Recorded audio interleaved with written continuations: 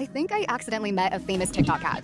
So this player asked if we could draw our cats together. This is my cat. Now let's see if we can copy him perfectly. But what? This dude was making everything gray and black. My cat's eye was bright yellow, and his was gray? How? And he said this. Bro, what? Cats don't have gray eyes like that. You're just a cheater, admit it. I wanted to keep drawing without arguing. Like, just let me draw my realistic cat in peace. But then, this dude gave his cat a vampire fang. So I asked, wait, do you have a vampire cat? And he said he is famous on TikTok. What? He left me without saying his username. Guys, do you know him?